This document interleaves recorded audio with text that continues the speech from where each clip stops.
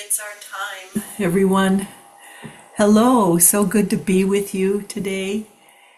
It's 12:30 p.m. here in the Midwest, and so whatever time it is, wherever you are, I hope that your day has gone well so far.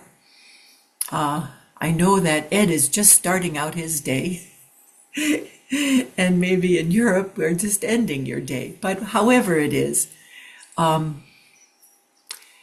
we'll start with our sit as we usually do. We'll sit for about 12 minutes, I think. So settle into your posture as best as it fits for you today.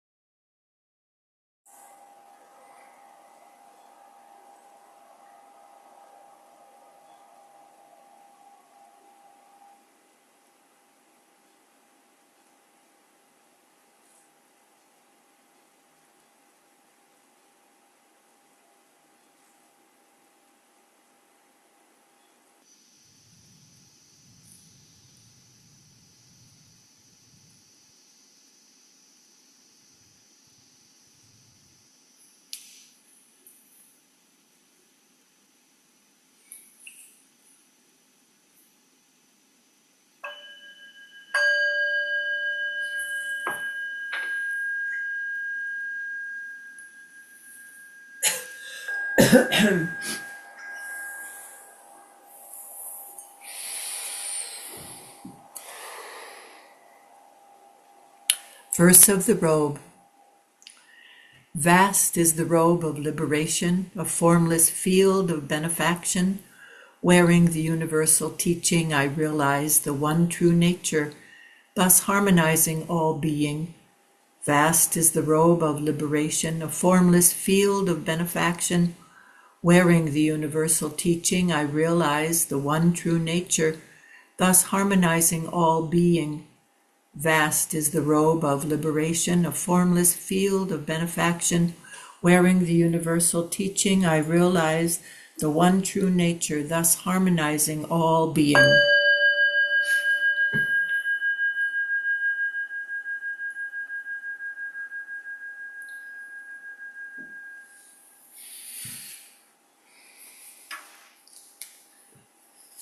Hello again, everyone. So glad to sit with you. As I was sitting, the thought came to me. Actually, it was a gratefulness thought for this technology that brings us all together, and I could feel the connection across space and time, which is really amazing. And I just wanted to acknowledge that. I'm Suzanne Kilkus from the Open Doors Zen community here in Madison, Wisconsin. And as we usually, as our practice here in Madison, it's always to begin any of our Dharma talks with acknowledgements. So I begin with a bow to Flint and Peg and to send metta for their well-being. And I acknowledge our lands and ancestors here in Madison and all around the planet, the ancestors who have given and sacrificed so much for us to be here. We know that the ancestral lands and people of our country and around the world have suffered deep wounds from the oppression of colonization.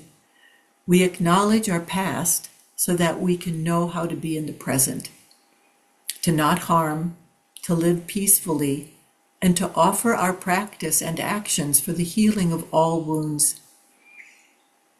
I acknowledge the migrants and immigrants who are being held in detention, the people suffering from the governmental sanctioned violence that has become part of our daily, weekly awareness and lives here in the U.S. I also acknowledge this last week of Black History Month here in the U.S. and the passing of the great civil rights leader Jesse Jackson last week. I also want to acknowledge the many wonderful Black Dharma teachers and their teachings infused with the spirit of the Buddha for inclusion, diversity, and equality. A deep bow for those voices and all this unshakable goodness. We offer the benefits of this practice to them, and so we seed what we do here today with offering the merit. I offer the merit of our practice for the welfare of all beings everywhere. May all be relieved of suffering, free from fear, longing, aversion, and ignorance, and may we all together realize the awakened way.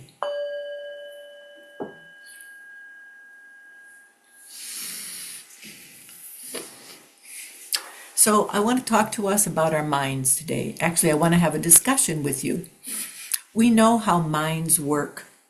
Thoughts come and go as we move through our daily lives.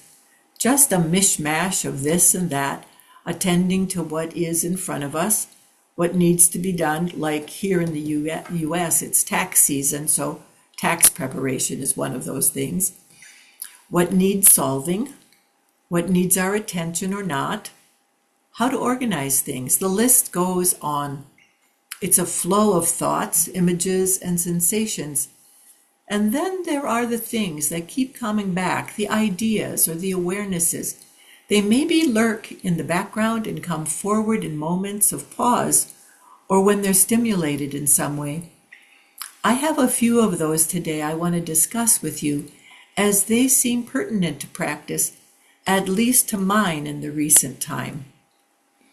There are three ideas. I think they are related, and I hope I can put them in a reasonable discussion for us. The first comes from the 5 remembrances, those reflections on the inevitable course of life that the Buddha laid out for us. The Mahasangha has begun offering a wonderful class on them. Since learning them many years ago myself, I pondered each at different times depending on my circumstances. The last one has always been a guiding star as I shaped my life and continue to do so. Here is the last one. My actions are my only true belongings. I cannot escape the consequences of my actions. My actions are the ground upon which I stand. A few weeks ago, Josh spoke to having our practice support and inform us when facing what arises.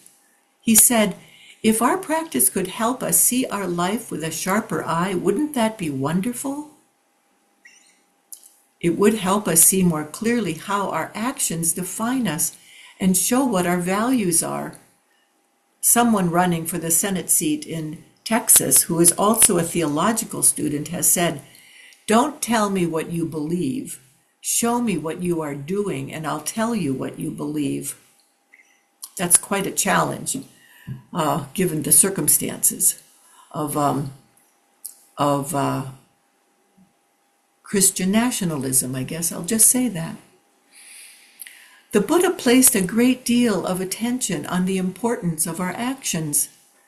In the Dhammapada, which are the 423 verses in the Pali Canon that focus on ethical, moral, and spiritual teachings, which were meant as a practical guide for daily life, mental discipline, and achieving enlightenment. From chapter 5, the 8th and 9th one, is this: perform those actions you will never regret, actions that will ripen into future joy and delight. Another translation of this one is, why do what you will regret? Why bring hurt upon yourself? Do only what you do not regret and fill yourself with joy. We'll get back to that in a moment or a bit later. That is said so clearly, and yet I think all of us can go, okay, all right, I'm going to have to pay attention, but we know that it's not always easy to do. Related to these teachings, it came to me recently that for the spirit of any action, there is only one direction it can take, only one path laid out before it. This relates to both internal actions, our inner state of mind and body, and external actions, what we do in our world. Now, I accept that there may be some disagreement about this, and we can talk about that later, but I'm talking here about everything, not just what we might consider major choices or actions like getting married or beginning a job, but the everyday small acts, getting up in the morning, brushing our teeth, walking down the stairs, all of it, how we do all of it matters and creates the direction. And we get to choose how we are going to do it all.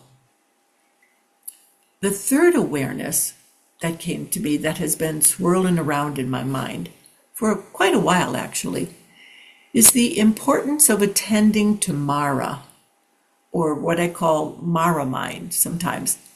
The importance of attending to Mara with friendliness, kindness, and compassion. We know that we can meet Mara out in the world, of course. Harshness, we can listen to the news and there it is. But there's also Mara inside, that Mara mind, that inner stuff that shows up, puts us down, criticizes us, doubts our goodness, questions our worthiness. I call it the flotsam and jetsam of life.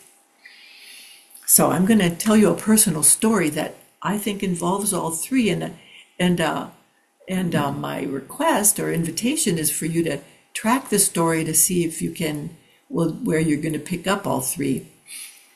Last early October, My car was rear-ended as I stopped on the street waiting for the car ahead of me to turn. The young woman who hit my car with hers was Hispanic, didn't speak English, and very upset about the accident. Neither of us was injured, fortunately, and my car was obviously damaged. In the current atmosphere with immigrants, I was concerned for her status, did not want to bring attention to any possible situation she was in. She assured me through a translation app, and that was the first time I've ever used one with somebody, that she had legal status and we could proceed. So we exchanged insurance information and other details and went on our way. I learned no law enforcement presence was needed, which I was grateful for. I began the process of filing a claim that day, thinking I would be able to get my car repaired with minimal hassle. As time went on, more concerns arose. The young woman could not be found to gather the needed information by her insurance company.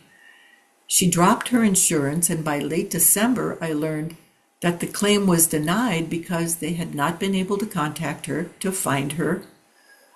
It might have been that she left the country. So it was on me to make a claim on my insurance, increasing the premium probably I would have to pay in the future. But that was the only option to get my car repaired other than paying directly for it myself, which financially would have been a big burden. I accepted it all as life arising. My practice sure helped. I proceeded in the process, which brings me up to last week. Took this many months to get here. I took my car to the repair shop for an estimate and an approval to move forward. That all went easily until Friday morning. I received a call from my insurance company saying they had determined that the repairs will cost more than the car is worth. There was a lot more damage than was first apparent. This meant it was being totaled, meaning it would not be repaired, and I would receive an amount of money to purchase a new car. Surprise. I think that word totaled is worth a discussion sometime, but we're not going to do that today. My initial response was to stay calm, gather the information needed to proceed, understand the details that were important for mitigating the situation to not incur more unwanted costs. In a sense, I went on autopilot, something I've learned for self-care over the years. Stay calm, gather information needed, move forward with considered right action. After taking the initial actions, I called my daughter to talk with her about this. And the first thing I said to her was, "I'm having an Alexander terrible, horrible, no good, very bad day." That's from a wonderful children's book by Judith Force that my children loved. It just came out without any forethought. And now a friend told me that that was mild compared to a conversation she had had with a family member. But what it reflected was what was lurking through my initial responses. An attitude of poor me, why me? This isn't fair. I don't know what to do. I don't want to do this alone. This one is common since Steve died. And all kinds of general yuckiness. You get the picture. This thought even went quickly through my mind. What good is meditation practice? Is this that kind of thing that happens? I recognized it immediately as the curative fantasy idea about meditation. Barry Magid, the Dharma teacher, talks about it in his wonderful book, Ending the Pursuit of Happiness. I discovered my version of it many years ago when Steve had a life-threatening condition, and I found myself sneering at my meditation cushion as I passed it on my way out of the house heading to the hospital. I sneered at my cushion. I didn't sit on it. I sneered at it. I was able to recognize all of this as part of the flow of internal actions, that if I followed them, they would only lead to more of the same line of thinking, and even physical consequences of all sorts. one direction. That's where they would lead. It was Mara mind, of course. And the best way to treat it is friendliness and kindness. It took me a while to learn this. But here's generally what I say now. There you are, Mara. I see you. I hear you. Thank you very much. I have no complaints, from Suzuki Roshi. And I'm going to go in another direction about all this. This is not always easy, of course. Mara has all kinds of tricks. And as Doc Childra, the great neuroscientist, has noted, and I know that I said this in the last time I gave an inquiry talk, the mind, Mara, doesn't want to lose customers. But as we all are encouraged, practice makes the difference in developing our response muscles and weakening our reaction habits, which occurred a few hours later when telling my sister about the situation. We both laughed. She asked, how was I doing? And I told her this was the kind of thing my practice helps me with. Without it, I would wallow in what I described above. Every time I've sat since then, it's come to me that I'm sitting to be able to face life off the cushion. Through this winter season, I've been supported by the Walking for Peace monks. They are continuing to offer their teachings on cultivating peace within, even though they have completed their walk. They are a model for persistence of practice, no matter what shows up as they walked through difficult weather conditions, harsh reactions from mentally unwell people, physical pain and discomfort, and many distractions.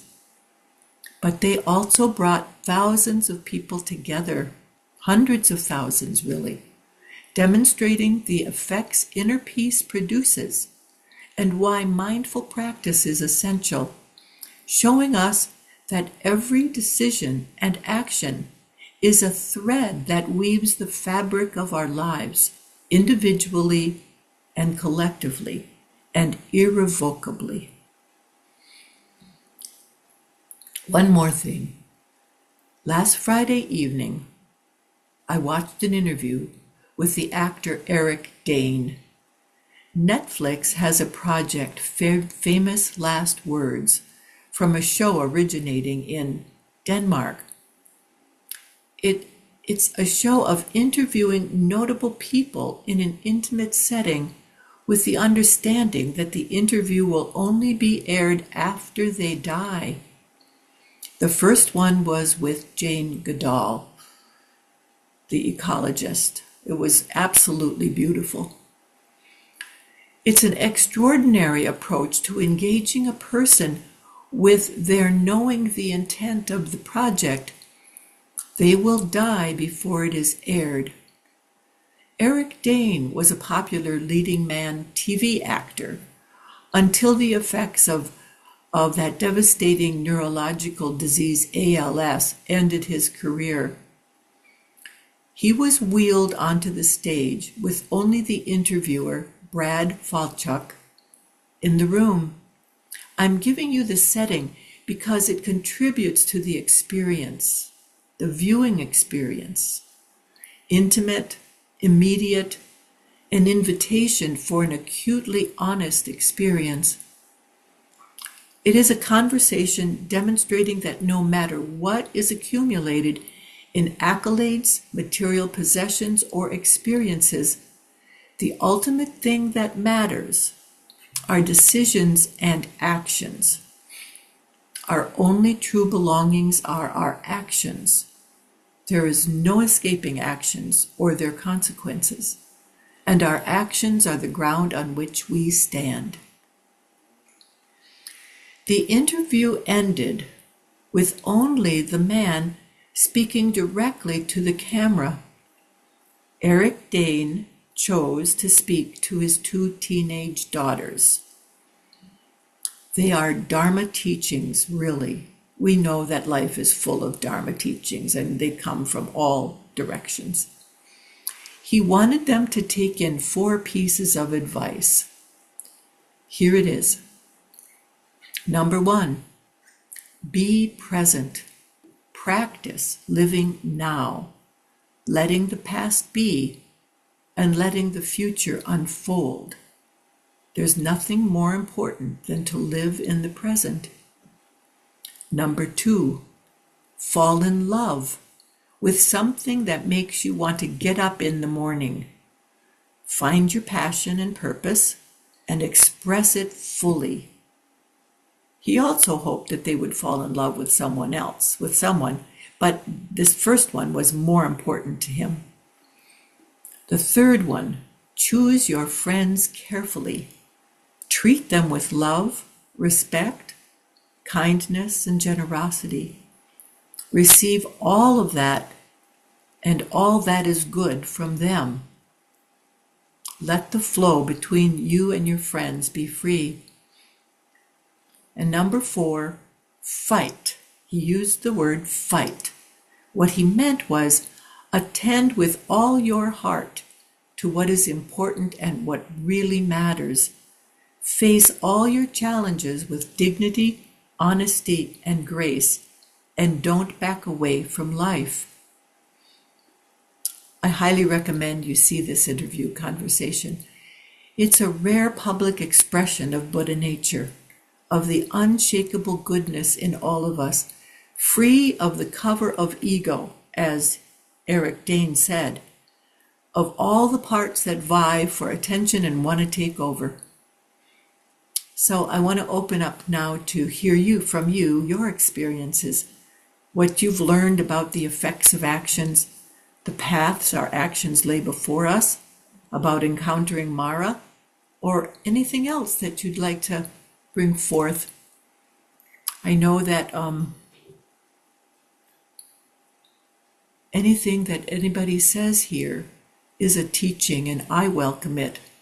And I hope you will feel free to come forward with your experience, your ideas. Thank you. Hello, Joel. How are you, Suzanne? I'm delighted to see you. Thank you for this very interesting question, and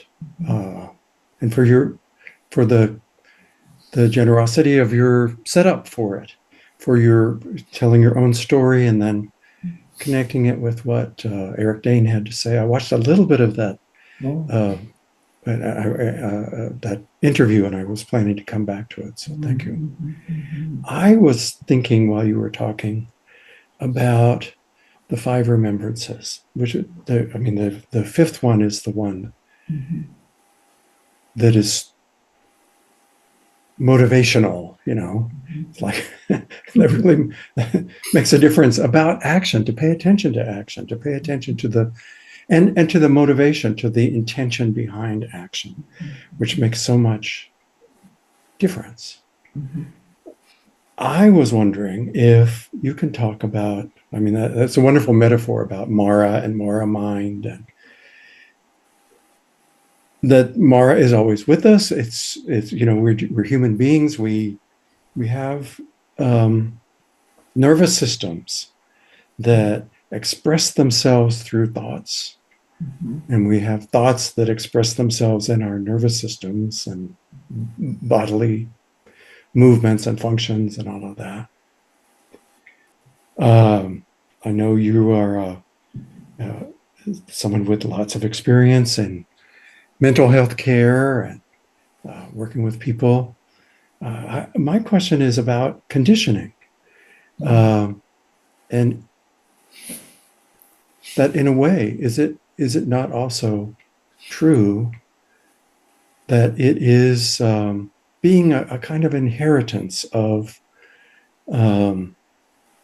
our bodies and minds, how our bodies and minds are put together, that they are, that the conditioning that we bring through us through life is a kind of, exists in a kind of eternity, that we can see around it sometimes, Mhm. but a lot of times we just act out of it because our vagus nerve is telling us. I don't know the right terms, and I am delighted with opportunities to learn more about it. But our nervous system, just like if somebody hits us while we're in our, if we're in a car collision, Mhm. there's a lot of things that don't involve careful thought that Mhm. happen, you Mhm. know, and and some of those also draw on things that we were told or experienced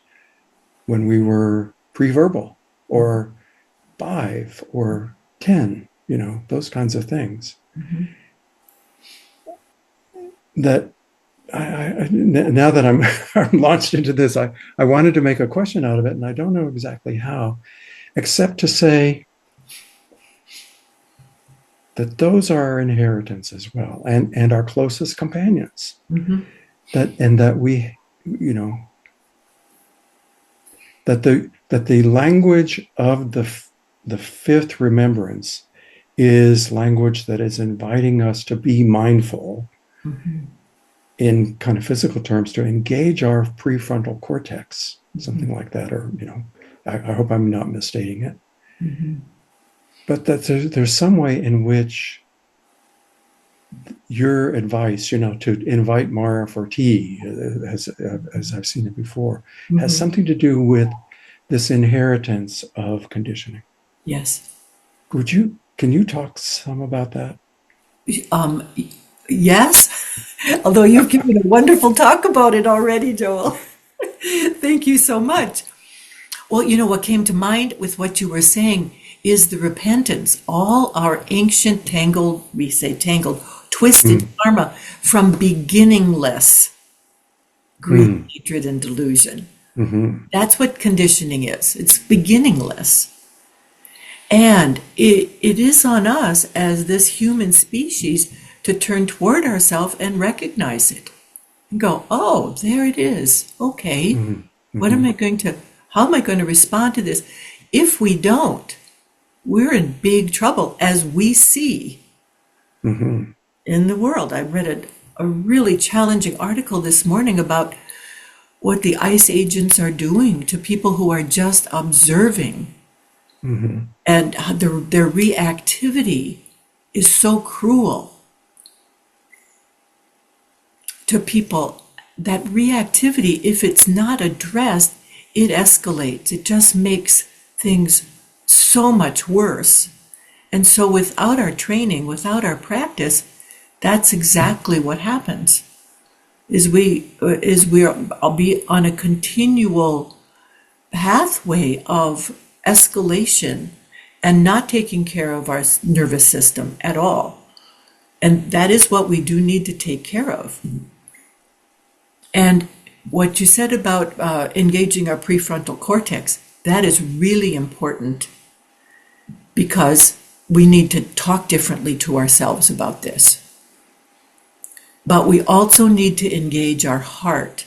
Last time I spoke, I gave information about the Heart Math Institute, and their research has shown that not only do we need to engage our thinking, our brain, we also need to engage our heart in practice, and practicing love, care, compassion from our heart so that we're resonating that particular, those vibrations, they call them, they're an octave of vibration. mm, There's different octaves of vibration that it is absolutely essential for practicing so that our actions, even if we do react like I did last Friday morning after I began the whole process, if we don't catch that and go, wait a minute, do I really want to be in this whiny kind of thing? Because that wasn't going to get my job done, and I needed to get my job done because I needed to go mm, buy a new car, kind of thing. So what you're bringing up, Joel, is so important because that's really the task of life. Norman Fisher at Everyday Zen, he's been doing a series of Dharma talks on the Dhammapada. Mm. And they're just excellent talks. And I mean, to think about that the Buddha actually taught us, gave us all these ethical guidelines, all these moral guidelines, all these guidelines of wisdom that are very directly related to here's what you do, folks. Here's what you can do every day to take care of yourselves so then you can take care of others. Mm-hmm. Yeah. Does that respond? Yes. Yeah. Thank you so much. Oh, thanks for coming forward, Joel. Mm-hmm.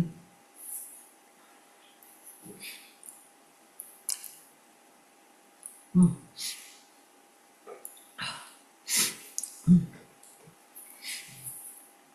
Oh, hi, Cassie.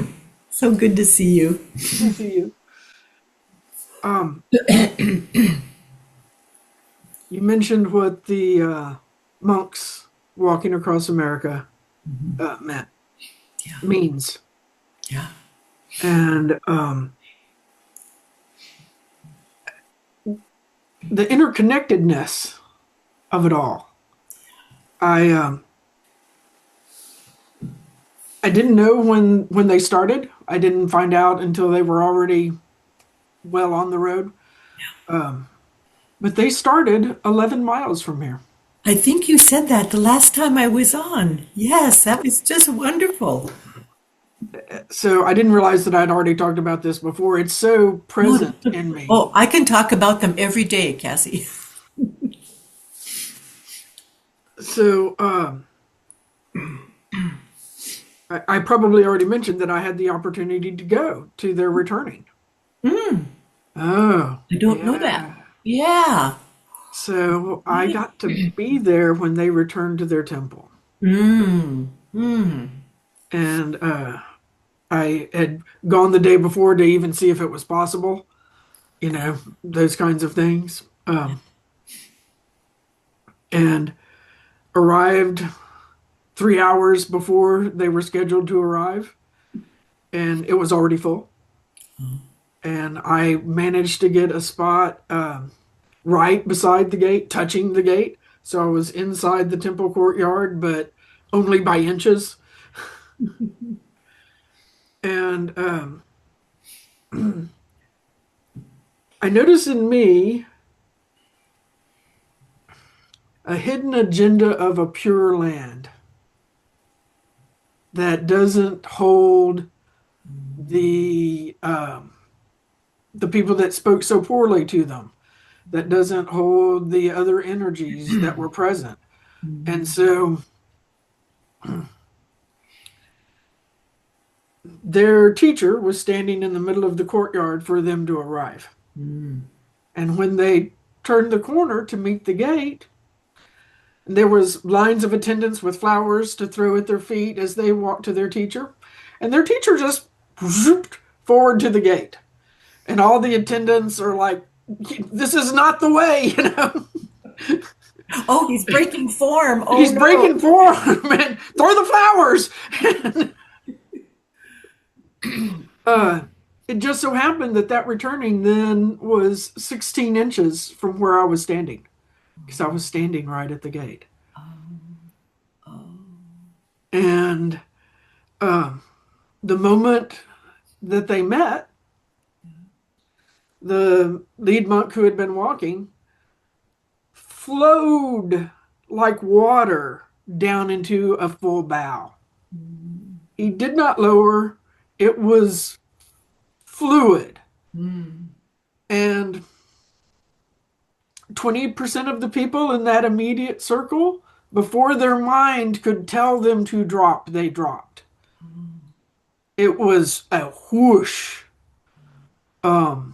And I bowed, but I wasn't able to go all the way to the ground, but I was bowing and holding that bow. And then the other 70-80% of the people were in a frenzied paparazzi acquiring mind energy. And the walking monks held both of that equally.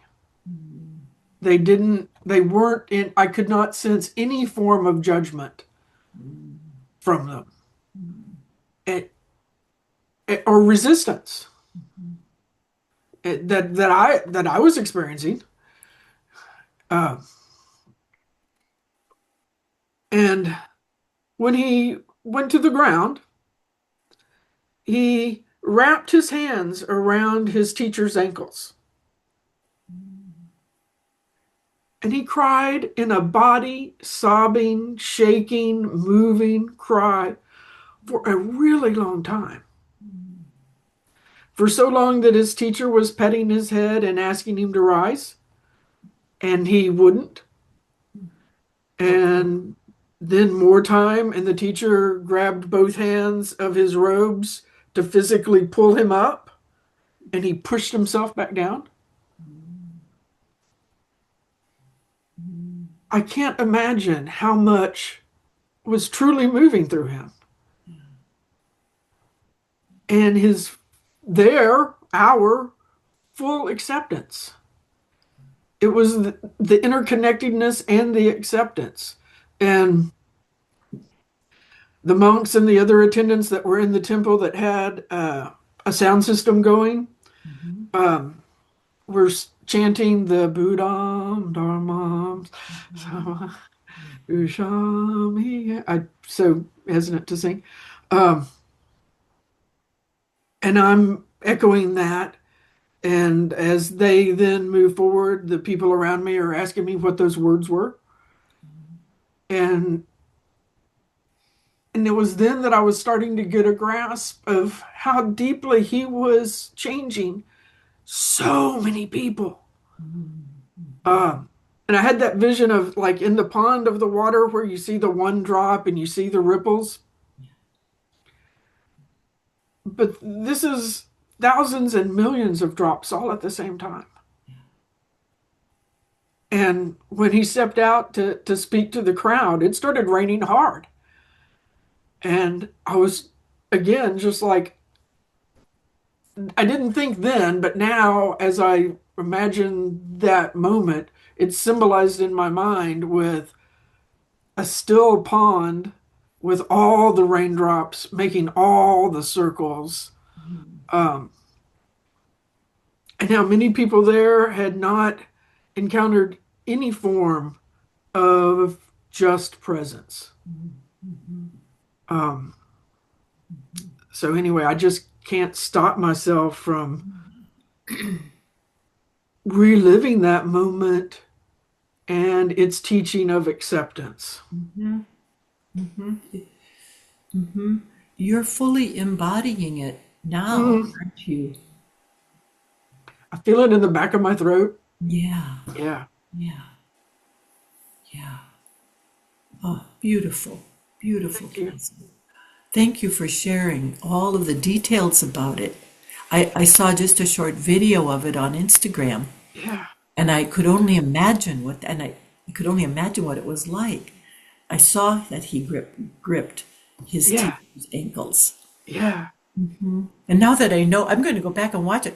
Now that I know that you were just standing right there. I was standing right there. And I've looked for myself in those videos, and then I got stuck in my ego of like, oh, where am Yes. I? Where am I? Yes. And, Yes, there it is. There. Oh, and in like 99% of them, they stop filming when they get to where I would have been standing. And I saw myself one time, and I'm a blurry, out of focus, dark blue dot in the newspaper picture. oh, we just all want to be recognized. Yes, that's all. That's all. We just all want to be seen. That's all. That's And I had so many ideas that, that there wasn't a big Sangha here. And to find out that originated here. And and that he did this walk in India before, and he's done this walk in other countries, and that there weren't lines of people like there were here, but they were getting people's carts that were stuck in the mud, that they all jumped into the mud like Langman Pang and pulled them out. So, Cassie, you've got a question here. Did you get to see Aloka, the dog? Why, yes. Well, okay. And Aloka was whining and crying as they arrived into that setting, and it was right. Aloka's just right beside them, and the story with Aloka was a homeless dog in India when they did this Yeah, walk last year, yeah, and just started walking with them. yeah. And they had not intended for Aloka to walk on this walk and just came along. So they Uh-huh, were just like, oh, okay, you're going on the walk, then we're going on the walk. uh-huh. So it was Aloka's idea to be there. Thank you so much, Cassie. Thanks for Thank you. coming forward and telling this story. Yes. Yeah. Thanks for letting me be in it with you. Hmm. Hmm.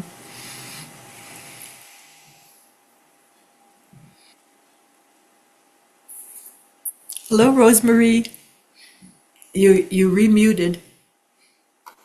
There Hi, you go. Suzanne, and thank you so much for your story, and thank you, Cassie. That was really touching to hear about. So, Mara, I have two situations where she shows up, and one recently where it has to do with a decision I have to make or something I'm trying to do. So, in the first instance, I had a business decision to make. It was between two options, and I made it. It was really hard. And the morning that it would be, put into place, I panicked and I said to myself, "Oh, the other one was the right one." And I did something that might have screwed up the original decision. And luckily, I stayed with the original, and the thing that I did not screw it up. But I was thinking that the panic, what Mara, I think, offers me that I get caught up in is, oh, you could do the right thing that would just be, like you said, acknowledged, and the promise of some kind of rightness that and when in reality, who knows? The thing I chose first might have worked out. The thing I chose second, we don't really know. And so I guess it's also the promise of certainty that we don't really have. And it really screws me up because I really believe, I totally believe it. And I have difficulty then settling into what I first decided, and it's very painful, actually. So my question was, because you were working with, after you got all sorts of angry and stuff, how do I shift into a more friendly place with Mara? So that's what I'm curious about. How do you get there without just saying, okay, that was painful. I hope I don't do that again. But I don't get to. I hadn't thought before you talk of, wow, well, can I see it as a part that's really trying to do something for me or whatever? Let me know. Sure. Well, Let me know. everything you're saying is beginning that process. Is that how we talk to ourselves matters, Rosemary. And I think always the first step is to stop and to pause and feel what's going on in your body. And that takes practice. I mean, we all know that. It takes practice. Because what's going on in our body may be so uncomfortable. We may want to be crawling out of our skin. But if we let ourselves just stay, it passes. It will pass because of the law of impermanence, Everything passes. And it does take practice. So the value in that situation where all of a sudden that thought came, oh, you could, like you really should be doing this. to then at that moment of promise. It's real. I think that's for me to say, you really don't have to do anything right now. You could just be with Just be with it. be with the thought that came. A thought came. A thought came. Here it is. Doesn't require that you do anything in this moment. Right. Right. Just because it's a thought, just because it just suddenly showed up, does not mean that you should go with it. It's just a thought. And if we sit with ourselves first, that's really important, and breathe with this whole experience, we can discover, oh, that might have been okay, but I'm going to stay with what I've got. I made a good decision. You know, that how we talk to ourselves, that kind, considerate, careful way that we talk with ourselves is so important. I'm just going back to the moment of the panic, you know, Yeah. which is so believable in that Oh, moment. absolutely. And so we can turn toward ourselves and say, hello there, dear panicked one. Hello. I feel you. I hear you. I'll be with you while we calm down.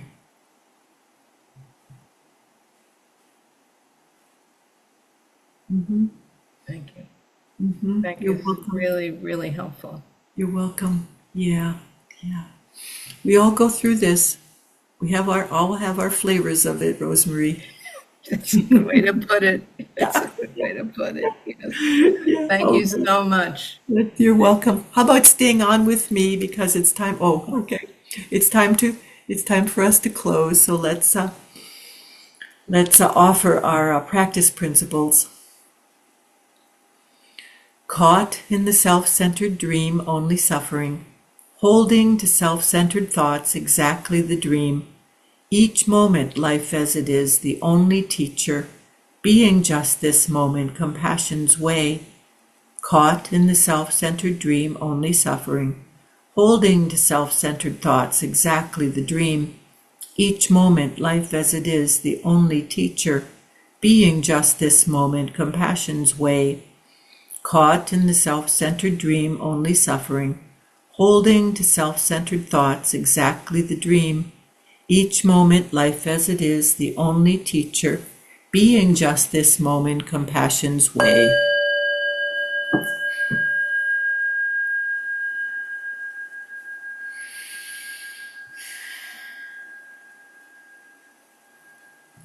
Thank you, Ed. Thanks for monitoring today. Turn it back over to you. Well, thank you, Suzanne, again for a marvelous, wonderful conversation and contemplations for today and to take with us. And I just want to remind everyone that Appamada's programs, facilities, and teachers are supported through your generosity. And you can go to appamada.org/contribute to contribute as works for you. And if you'd like to stay on, just put yourself in gallery view. We'll be here for another half hour. And sending metta and gratitude and compassion for all. Thank you.